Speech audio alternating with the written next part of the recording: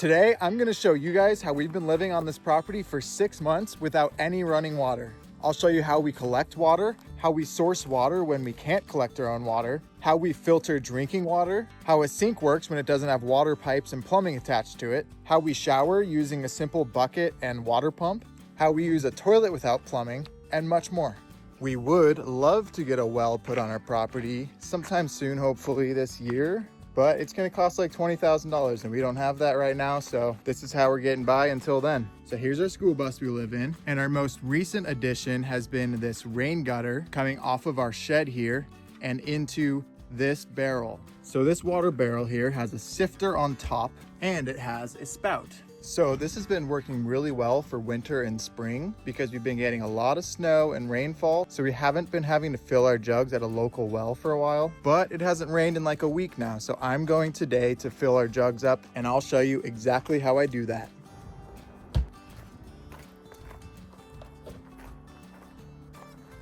We are on our way to town. We being me and my trusty companion here, Miso. Mies. So before we were collecting rainwater, I was having to do this about every 4 to 5 days. We could stretch it for a week, but it was tough. And it really depends on how many showers we take too. Might be a little gross to most people, but we take like 2 showers a week, sometimes only 1. But you know what? If you're smelling together, then who really cares? No, I'm kidding. We also have bathing wipes. So we wipe ourselves down a couple times a week too. So this is about a 10-minute drive for me. It's the closest place I know where to go fill up waters around here. We are new to the area, but this is just a local resource that's free. It's owned by the county and a bunch of people use it to fill up their waters, dump their RVs, stuff like that. So it really has been a great resource for us until we get this well on our property. And whenever I'm going this way, I always take my trash with me because we don't have local pickup at our property, but we do have these dumpsters up our road and we don't pay for trash service, which is really nice.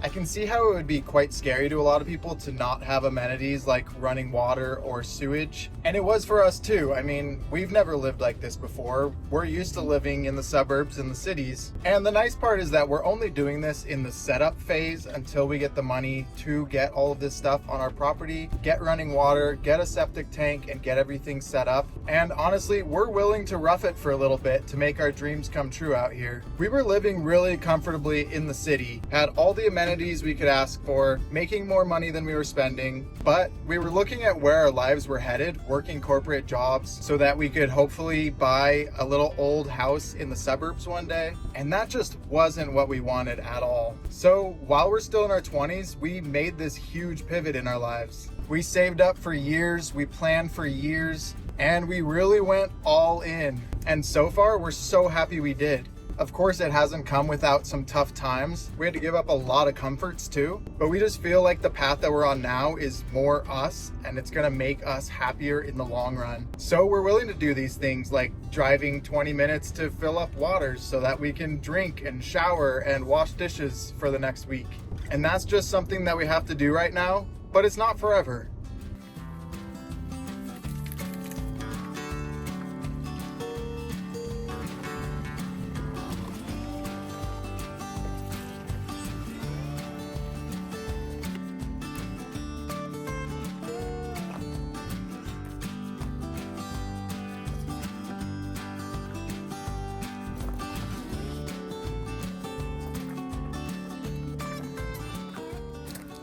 Back in the bus here, so I got a full 5-gallon jug and I have our emptied gray water jug. So I'm gonna show you how our sink works without running water and plumbing real quick. So it all works through this. This is our water pump. So this is plugged into the wall right here and it's plugged into the water jug through this. This is made to perfectly fit into one of these 5-gallon jugs. I'll put a link to the whole pump system in the description. It's from Amazon. I think it was like 50 or 60 bucks. And then we just put the gray water jug directly under the sink here so that any water drops directly into it. So the water goes from this 5-gallon jug through this larger tube and into the pump. Then it comes through this smaller tube here. I don't know if you can see, but it's connected to this tube right here. That's then connected to the faucet so that when you move this, it turns on. Yes, I've got the Tottenham game on right now, go Spurs. Anyway, to hook all this up, and I do this about every 2 days because we go through one of these jugs about every 2 days, and when this is empty, the gray water will be full. So I need to dump the gray water, fill one of these jugs, or replace it with a new jug. So I'm just going to take this jug,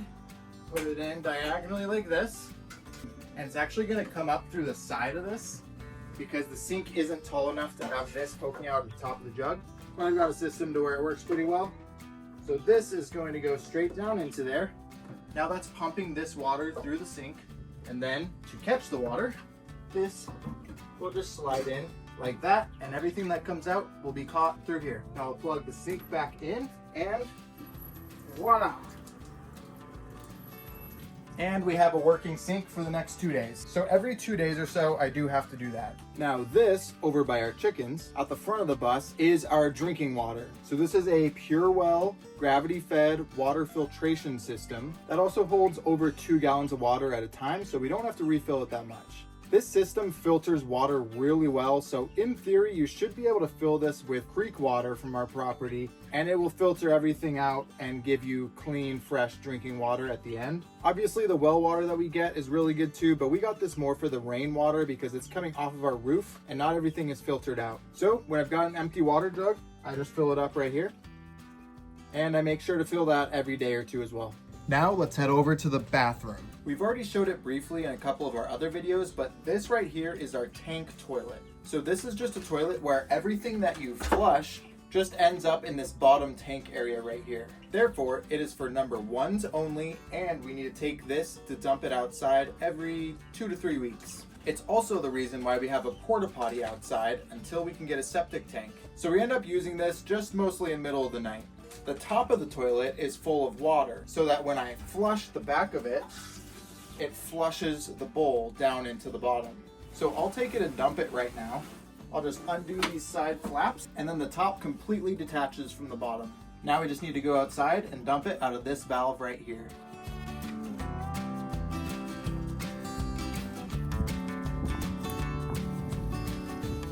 Now that the toilet's been emptied, I'll attach the top back to the bottom, and then I'll move it under the desk here.